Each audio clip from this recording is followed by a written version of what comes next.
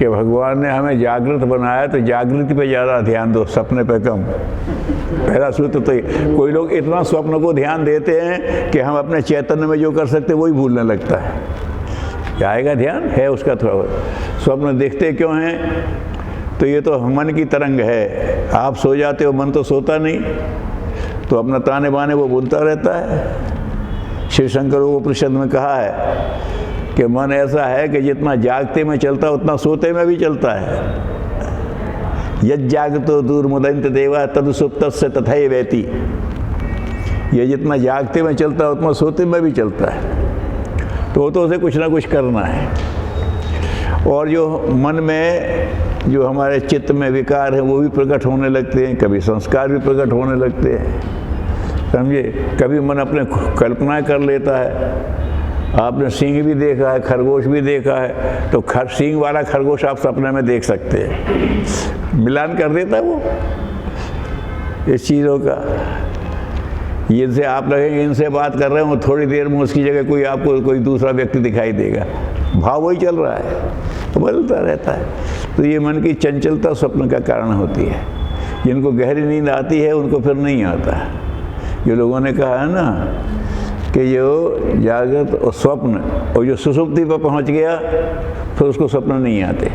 बहुत लोगों को सुनने का हमें स्वप्न नहीं आते। मुझे भी आते हैं स्वप्न, कभी कभी ऐसी आती है नींद जिसमें बहुत थकान हो गया, लेकिन कुछ लोगों को स्वाभाविक ऐसा होता है कि उनको स्वप्न आते ही नहीं। दूसरे का मुझे स्वप्न नहीं आते, वो तो उनका के दूसरी बात ही कहे चले जाते हैं। तो यह है, तो पहले जागृति को ज़्यादा महत्व दो, स्वप्न को कम।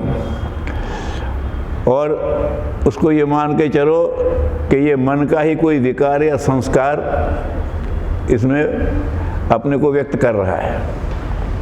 कभी कभी ऐसे आते हैं जो थोड़ा सा कभी पूर्वाभास भी दिला देते हैं, लेकिन वो बहुत रेयर होता है।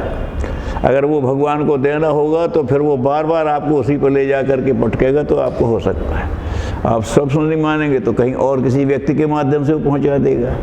तो कभी ईश्वरीय चेतना आपको कोई संकेत देना चाहती है या कोई पूर्वाभ्यास कराना चाहती है तो भी वो आता है। एक ही तरह के स्वप्न जो है बार-बार आने का भी कोई संबंध है?